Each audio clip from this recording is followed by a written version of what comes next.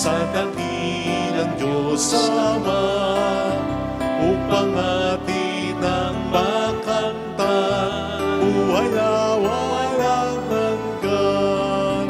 Sa piging ng ating Panginoon, tayo laging natitipon, upang matutong magmahalan sa pag-ibig na nakamtan. Sa ngalan ng Ama at ng Anak at ng Espiritu Santo. Amen. Sumainyo ang Panginoon. At sumaiyo rin. Purihin natin ang Panginoon sa pamamagitan ng misang ito, lalo na sa pamamagitan ng ating mabuting buhay bilang Kristiyano. Hilingin po natin ang biyayang ito at upang tayo maging marapat, halina't magsisimula para sa ating mga kasalanan. Tayo pong lahat, inaamin ko Sa makapangyarihan Diyos at sa inyo mga kapatid, na lubha ako nagkasala sa isip, sa salita at sa gawa, at sa aking pagkukulang. Kaya isinasamo ko sa mahal na Birhen Maria, sa lahat ng mga anghel at mga banal, at sa inyo mga kapatid, na ako'y ipanalangin sa Panginoong ating Diyos. Kawaan tayo na mapagmahal na Diyos, patawarin sa ating mga sala, at patnubayan hanggang sa buhay na walang hanggan. Amen. Panginoon, kaawaan mo kami. Panginoon, kaawaan mo kami. Kristo, kaawaan mo kami. Kristo, kaawaan mo kami. Panginoon, kaawaan mo kami. Panginoon, kaawaan mo kami. Yumuko tayo, maaaring ibulong sa Panginoon ang ating intensyon.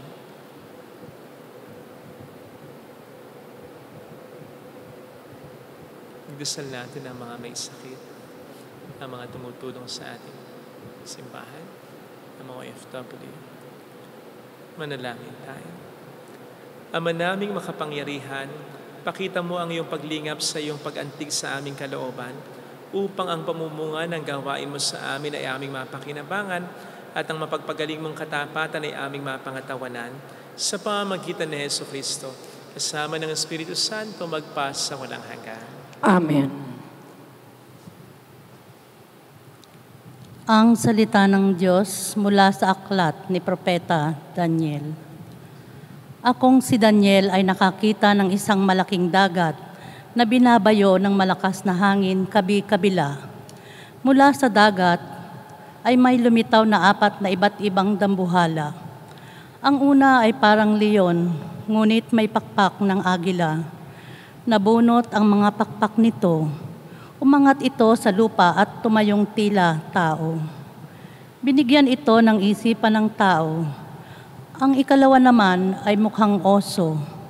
Ang 2 paa lamang nito sa huli ang inilalakad at may kagat pang 3 tadyang. May tinig na nag-utos dito, "Sige, magpakasawa ka sa karne."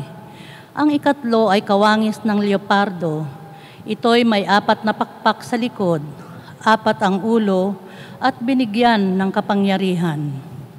Pagkaraan, nakita ko ang ika-4 na hayop. Nakakatakot itong tingnan at mukhang napakalakas.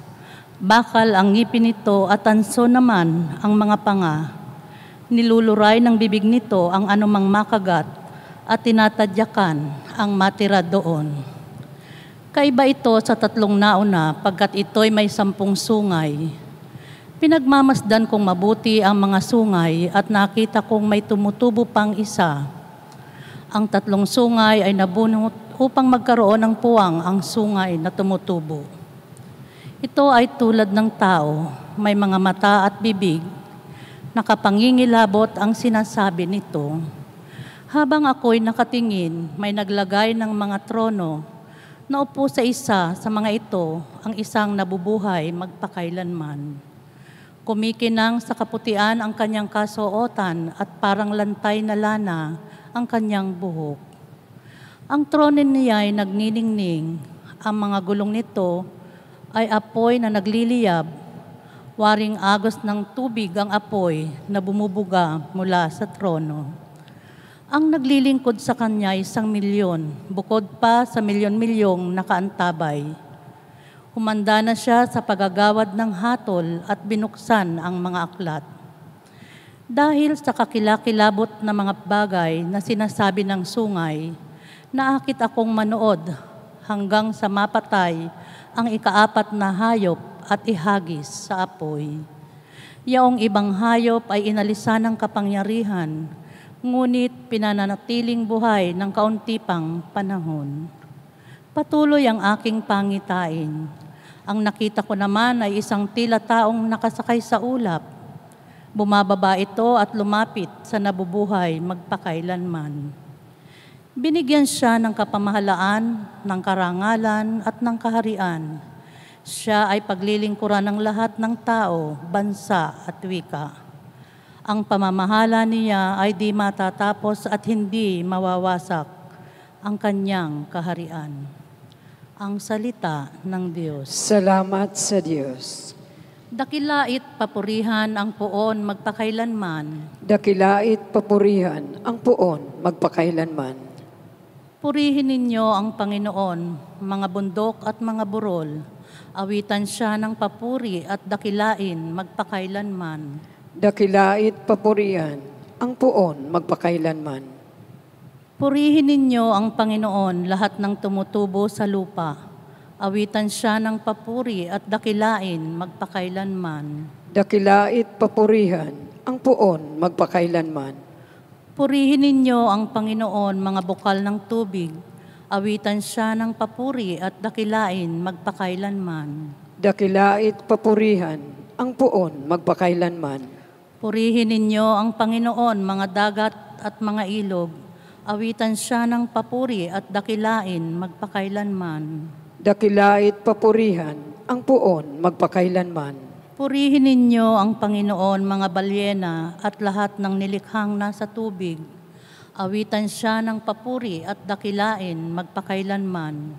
Dakilait papurihan ang poon magpakailanman. Purihin ninyo ang Panginoon, lahat ng ibon sa himpapawid. Awitan siya ng papuri at dakilain magpakailanman. Dakilait papurihan ang poon magpakailanman. Purihin ninyo ang Panginoon, mga kawan at mga maiilap na hayop. Awitan siya ng papuri at dakilain magpakailanman. Dakilait papurihan ang poon magpakailanman.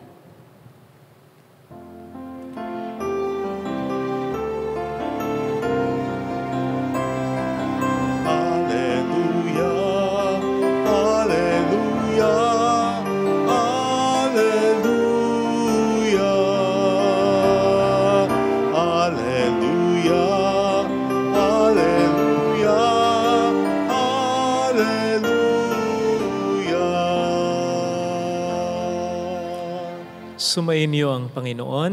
At sumaiyo rin. Ang mabuting balita po ng Panginoon ayon kay San Lucas. Papuri sa iyo, Panginoon.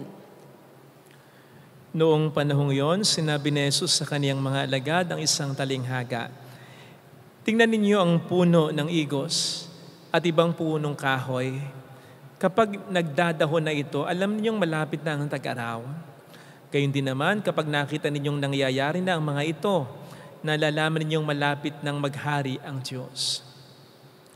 Tandaan ninyo, magaganap ang lahat ng ito bago mamatay ang lahat ng taong nabubuhay sa ngayon. Mawawala ang langit at ang lupa, ngunit ang salita ko'y hindi magkakabula." Mga kapatid, ang mabuting balita ng ating Panginoon. Pinupuri ka namin, Panginoong Jesucristo.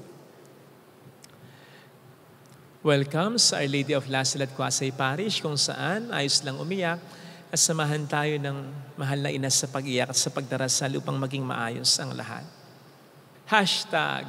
#walang forever. Minsan ay sumikat sa atin ang phrase na ito upang i-describe madalas ang mga relasyon na hindi nagtatagal. Sa palagay ko, ito ay pinauso ng mga taong biktima ng relasyon na hindi nagtagal. Yung relasyon na akala nila sa una ay forever na, pero hindi pala. At palagay ko ito rin naman ay mas pinasikat pa ng mga taong bitter lang talaga. Yung mga taong hindi nagtagal sa karelasyon nila o yung relasyon nila sa minahal nila, sa akala nila nagmamahal din sa kanila, o yung wala pang nagiging karelasyon talaga. Kahit 45, 50 na. Halimbawa, iyan. Yung nasa bus ka, tapos wala ka pang nagiging karelasyon since birth, ha? Makikita mo yan. Wala kang kukutin kahit isang butong pakwan, pero may makikita kang napaka-sweet na ganyan. Mapapa-hashtag ka talagang walang forever dahil inggit ka lang. Pati tuloy yung mga matitino, matitibay talagang relasyon na dadamay sa pagiging bitter ng iba. Anyway, okay na. Nevertheless, ang hashtag na ito, walang forever, ay alam naman po natin pare-parehong may apply natin in a much broader sense o sa pangkalahatan. Dahil wala naman talagang permanente sa mundong ito, kundi ang pagbabago.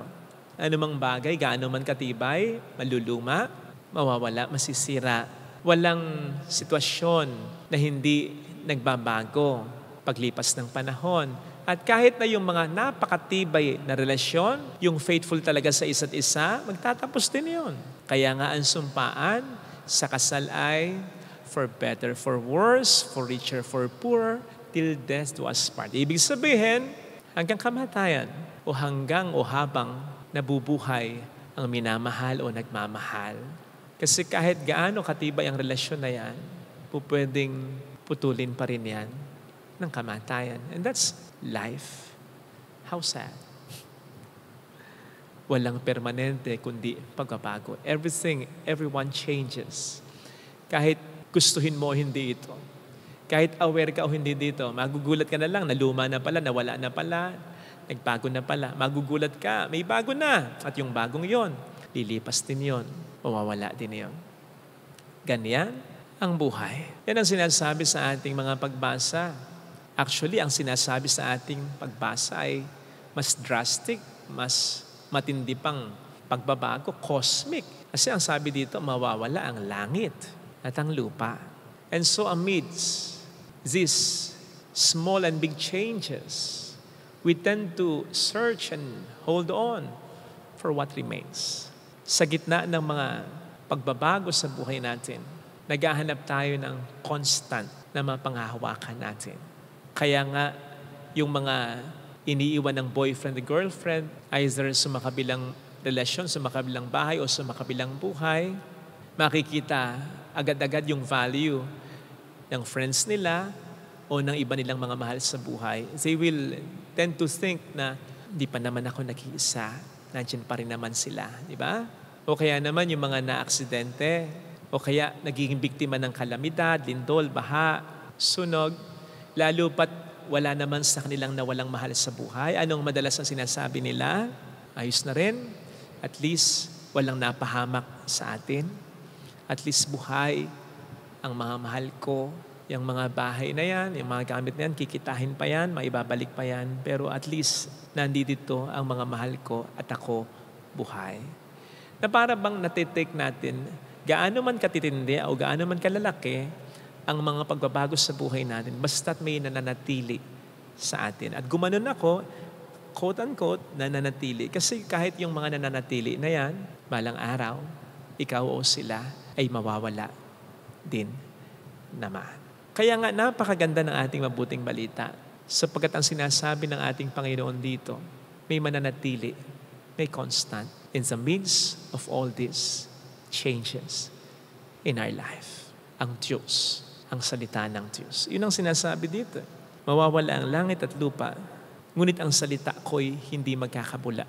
Napakagandang balita nito sapagkat ang salita ng Diyos ay katotohanan. Yung salita niya na nagsasabing mahal niya tayo, na hindi niya tayo pababayaan, kakalimutan. Yung salita niya na nagsasabing hindi magtatagumpay ang kasamaan sa kabutihan, na magkakaroon ng katarungan. Yung salita niya na ang mga swail, mga mayayabang, mga nangaapi ay paparusahan at ang mga inaapi, ang mga naghihirap, lalo na ang mga hindi nawawala ng pananampalataya sa Kanya, araw at gabi tumatawag sa Kanya, ay hindi niya sisiphayuin ng pag-asa, ililigtas niya, may kalangitan, para sa mga mabuti, may impyerno, para sa mga masama. At marami pang iba, ito yung mga panghahawakan natin sa kabila ng mga pangit at matitinding pangyayari at pagbabago sa buhay natin. Sa kabila ng mga tao o bagay na mawawala sa buhay natin, the Word of God will provide us with a sense of strong stability sa kabila ng mga matitinding pagbabago at mga hindi magagandang pangyayari. Ilan na yung nakausap ko na napupunta dito, na dumating sa buhay nila na nawala na sila ng pag-asa. In fact, yung marami na nakausap ko, marami na ako nakausap na gusto na nilang mamatay. Totoo. Dahil sa matinding pangyayari sa kanilang buhay, matinding pagbabago, nawala yung inaasahan nilang trabaho, yung inaasahan nilang negosyo, nawala yung pinundar nila, nasunugan sila, na-scam sila, namatayan sila. Pero ang salita ng Diyos ang siyang nagbigay sa kanila ng pag-asa.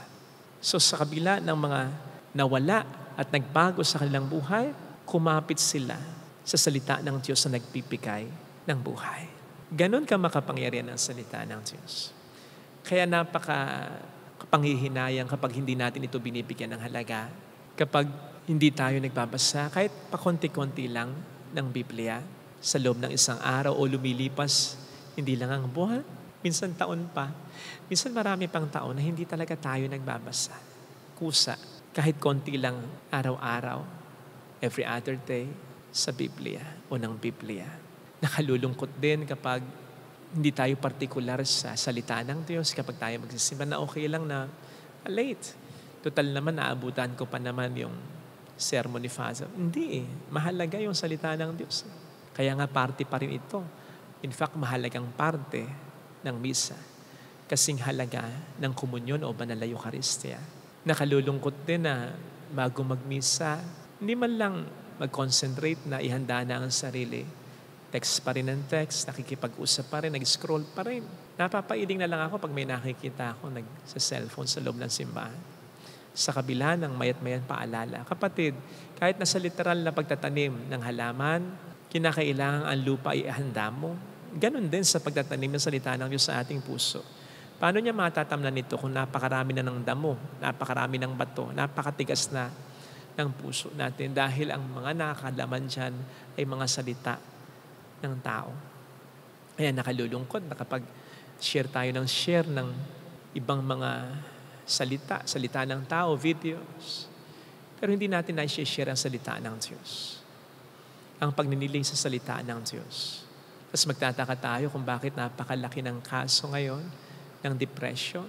Gayong napakarami namang nagkalat at nagpo-proliferate na videos na nakatatawa, nakaaaliw ngayon. Precisely because ito yung mga salita ng tao. Walang halaga ito kumpara sa salita ng Diyos.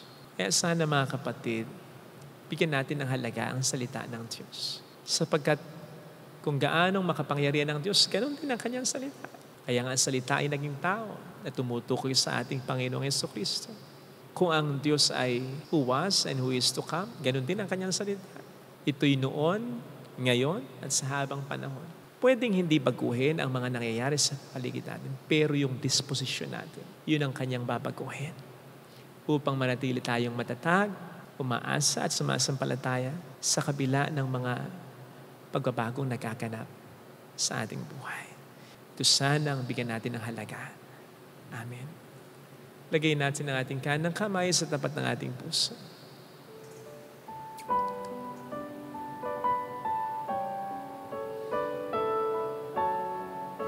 Awitin natin. Alam kong may magagawa ang Diyos.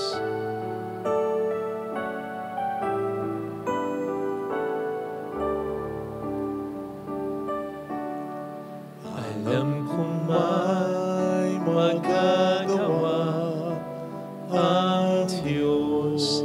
Alam kong may magagawa ang Diyos. Alam kong may magagawa Walang imposible sa ang Diyos. Kung ako'y magtatapat, Kung ako'y magtatapat sa Kanya'y maglilingkod, sa Kanya'y maglilingkod. alam kong may magagawa ang Diyos. Kung may magagawa ang Diyos. Alam kong diringkin ng Diyos ang samuko, Alam kong di sapagkat anak niya ako. ng Diyos ang samo ko. Alam kong di rin kinang Diyos ang samo ko, Alam kong di rin ginang Diyos sapagkat alam niya ang pinagdaraan. samo ko.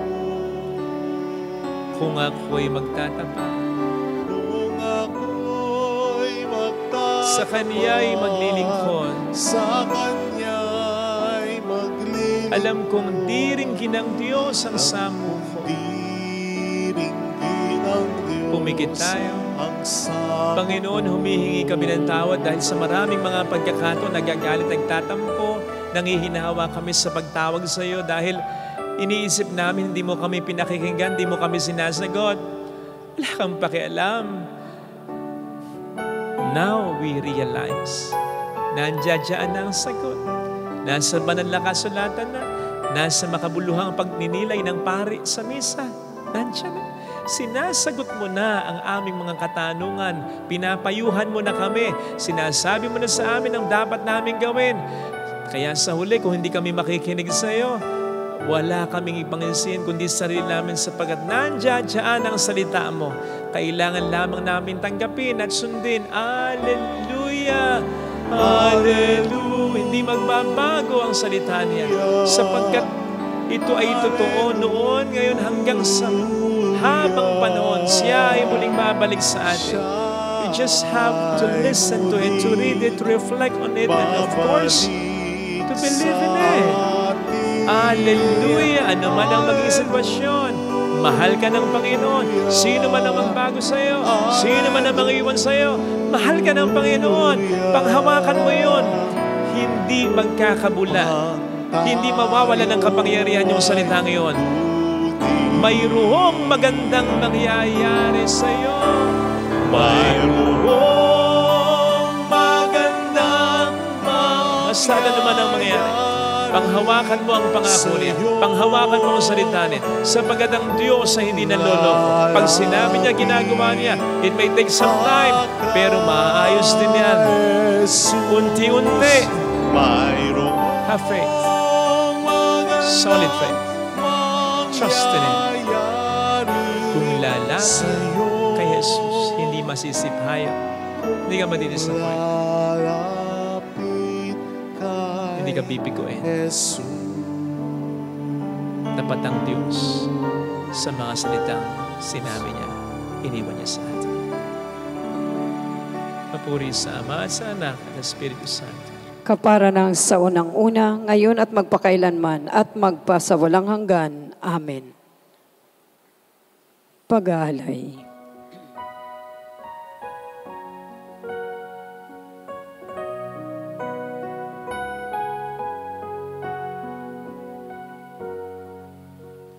Ang aming iaalay sa iyo, Panginoon. Ang bunga ng aming pinagpaguran,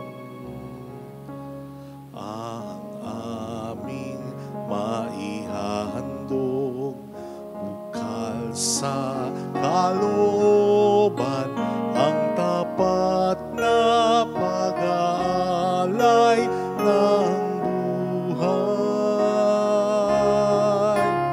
Narito, Panginoon, ang tinapay at alak ng pagkaitinumin sa gisag ng buhay. Tanggapin mo at iyong basbasan upang sa iyo kami makinabang. Manalangin tayo, pang ating handog ay maging kalugod-lugod sa Diyos Amang makapangyarihan.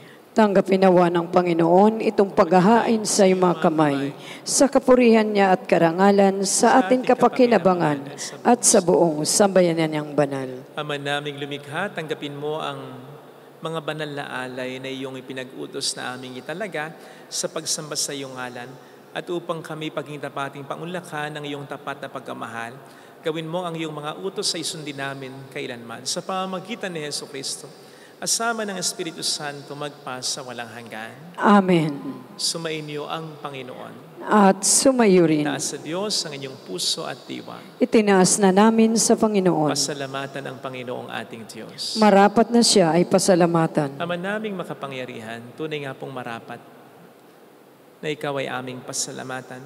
Ikaw ang lumikha sa tanan, ikaw ang nagtakdang magkaroon ng gabi at araw, gayon din ng tag-init at tag-ulan.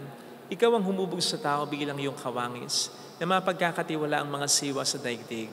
Ikaw ang iyong pinaglilingkuran sa pagganap sa pananagutan ng iyong pinagtitiwalaan sa pamamagitan ng anak mong mahal. Kaya kaisa ng mga anghel na nagsisiawit ng papuri sa iyo ng walang humpay sa kalangitan, kami nagpupuni sa iyong kadakilaan. Santo, Santo, Santo, Panginoong Diyos ng mga hukbo, napupuno ang langit at lupa ng kadakilaan mo. Usana sa kaitaasan. Pinagpala ang naparirito sa ngalan ng Panginoon. Usana sa kaitaasan. Ama naming banal, ikaw ang bukal ng tanang kabanalan, kaya't sa pamamagitan ng iyong Espiritu gawin mong banal ang mga kaloob na ito upang para sa amin ay maging katawan at dugo ng aming Panginoong Hesukristo. Bago niya pinagtiis ang kusang loob na maging handog, hinawakan niya ang tinapay, pinasalamatan ka niya, pinaghati-hati niya iyon, niabot sa kaniyang mga alagad at sinabi, tanggapin ninyong lahat ito at kanin, ito ang aking katawan na ihahandog para sa inyo.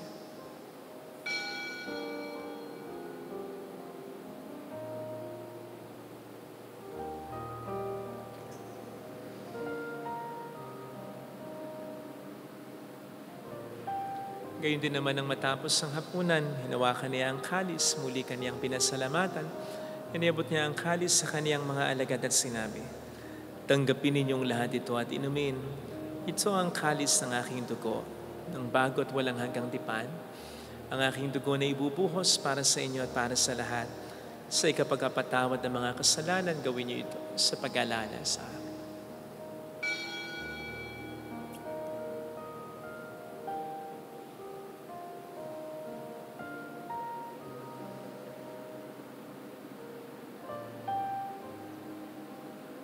Ipagbunyi natin ang misteryo ng ating pananampalataya. Si Kristo'y namatay, si Kristo'y nabuhay, si Kristo'y babalik sa wakas ng panahon.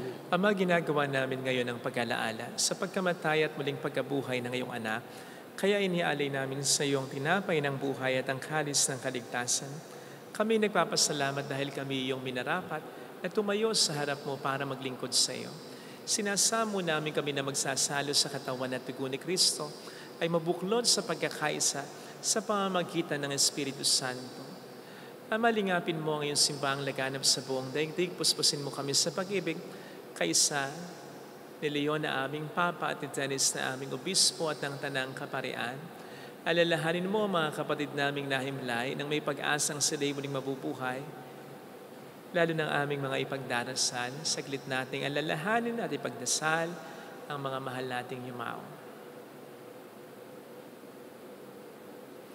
Gayon din ang mga walang nakakaalala. Kaawaan mo sila at patuloyin sa iyong kaliwanagan. Kaawaan mo at pagingtapatin kaming lahat na makasalo sa iyong buhay na walang wakas. Kaisa ang mahal na birhen ng Lasal at ang ina ng Diyos. San Jose ang kabiyak ng kanyang puso. Lahat po ng mga banal na namuhay dito sa daigdig ng kalugod-lugod sa iyo. Maipagdiwang naman namin ang pagpupuri sa ikararangal mo sa pamamagitan ng iyong anak na aming Panginoong Hesukristo. Sa pamamagitan ni Kristo, kasama niya at sa Kanya, ang lahat ng parangal papuri ay sa iyo, Diyos amang makapangyarihan, kasama ang Espiritu Santo, magpasawalang hanggan.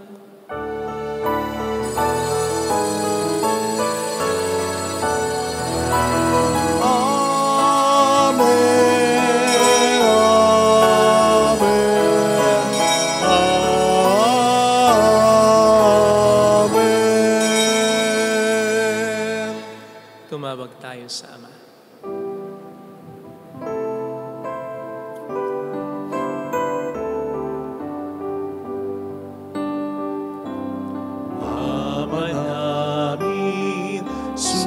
nasa langit ka, sambahin ang ngalan mo, mapasa amin ang kaharian mo, sundin ang loob mo dito sa lupa para nang sa langit. Bigyan mo kami ngayon ng aming kakanin sa araw-araw, at patawarin mo kami sa aming mga sala, para ng pagpapatawad namin sa nagkakasala sa amin, at huwag mo kaming ipahintulot sa tukso, at ihadya mo kami sa lahat ng masama. Hiling namin kami antiya sa lahat ng masama, pagkalooban ng kapayapaan araw-araw, iligtas sa kasalanan, sa kapahamakan, sa mga seryosong karamdaman. Samantalang aming pinaghahandaan ang dakilang araw ng pagpapahayag ng tagapagligtas namin si Hesus Kristo. Sapagkat iyo ang kaharian, ang kapangyarihan at ang kapurihan, magpakailanman. Amen. Panginoong Hesus Kristo, sinabi po niyo noon, sinasabi niyo rin sa amin ngayon, kapayapaan ang iniiwan ko sa inyo, aking kapayapaan ang binibigay ko. Tunghayin mong aming pananampalataya, wag ang aming pagkakasala. Pagkalooban mo kami ng kapayapaan at pagkakaisa sa iyong kalooban, kasama ang Espiritu Santo magpasa walang hanggan. Amen. Ang kapayapaan ng Panginoon ay sumain niyo na bang lahat? At sumayo rin. Magbigayan tayo ng kapayapaan sa isa't isa. Kapayapaan po, peace be with you. Kordero ng Diyos na nag-aalis ng mga kasalanan ng sanlibutan, maawa ka sa amin. Kordero ng Diyos na nag-aalis ng mga kasalanan ng sanlibutan, maawa ka sa amin. Kordero ng Diyos na nag-aalis ng mga kasalanan ng sanlibutan, ipagkaloob mo sa amin ang kapayapaan.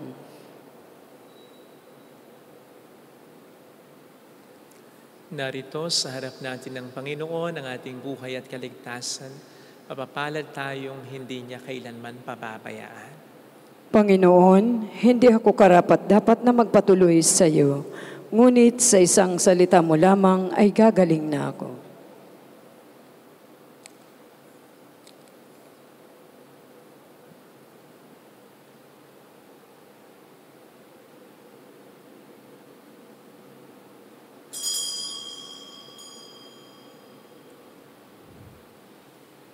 Panalangin para sa espiritual na pakikinabang.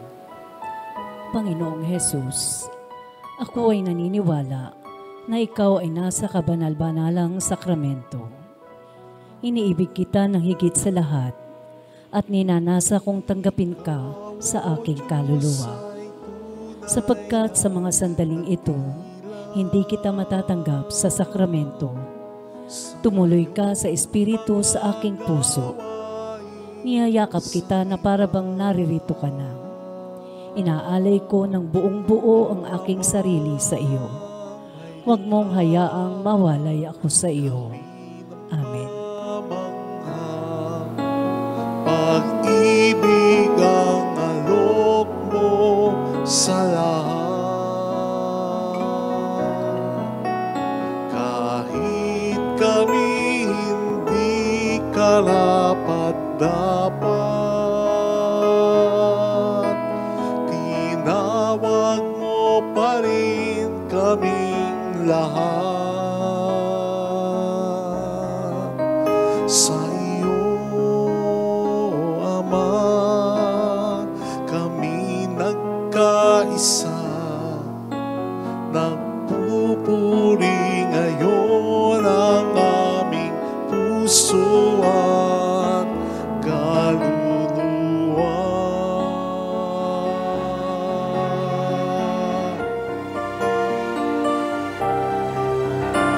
dakila ka, O Panginoon. Dakila rin ang iyong pag-ibig nandun.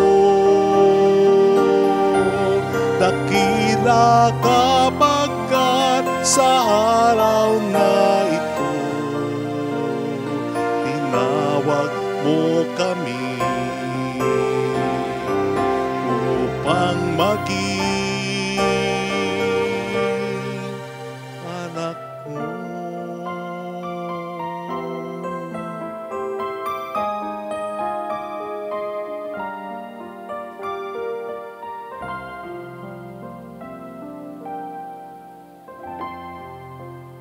Manalangin tayo.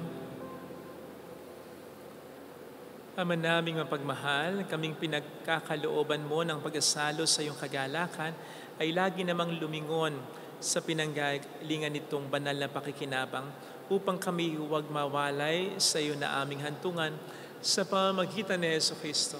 Kasama ng Espiritu Santo magpasa walang hanggan. Amen. Holy God, Holy Mighty One, Holy Immortal One. Have mercy on us and on the whole world. Holy God, Holy Mighty One, Holy Immortal One. Have mercy on us and on the whole world. Holy God, Holy Mighty One, Holy Immortal One. Have mercy on us and on the whole world. Jesus, King of Mercy, We trust in you. Alalahanin o mahal na Birhen ng Lazaret, ina ng pag-asa, ikaw ang nagpapaalala sa amin magbalik loob sa Ama. Ito ang nagpapatunay na ang kagandahan loob mo'y nanatiling busilak. Sa pag-aaruga mo sa amin, tungkulin mo'y tinupad. Sa paanan ni Kristo, itinurin mo kaming mga tunay mong anak. Kaya ninais mong ni Isay huwag mapahamak. Maging sa iyong walang tigil na pananalangin, pati luhay pumatak. Huwag naman mawala ng saysay ang iyong paghihirap. Hiling nawa namin sa iyo, o aming inang liyag, na matapos ang pakikibaka namin sa mundong ito, at sa pananatili namin tapat kay Kristo, sa kapurihan mo'y makibahagi kaming ganap, upang kung nasaan ka ngayon ay maparoon din kaming lahat, at ang kaganapan ng kaluwalhatian ng Diyos Amay, tuluyang matupad siya'y nawa. Mahal na Birhen ng Lazaret, ikapagkasundo ng mga makasalanan. Ipanalangin mong walang patid, kami mga dumudulog sa iyo. Maraming pong salamat sa inyong pakikisa at sa mga tulong na binibigay po ninyo na nagiging dahilan para makatulong din tayo sa iba. Salamat po. Salamat yung mga nagpapadala po ng tulong through our GCash and bank account. Di man kayo mapasalamatan isa-isa, alam na po ng Panginoon ang mga pangalan ninyo.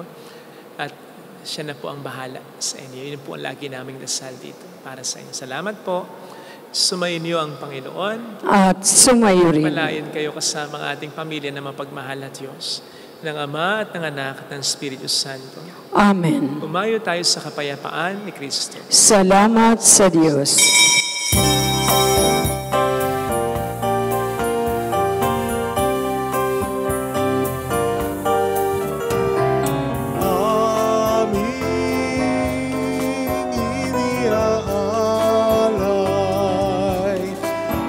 Pag-ibig na walang kapantay.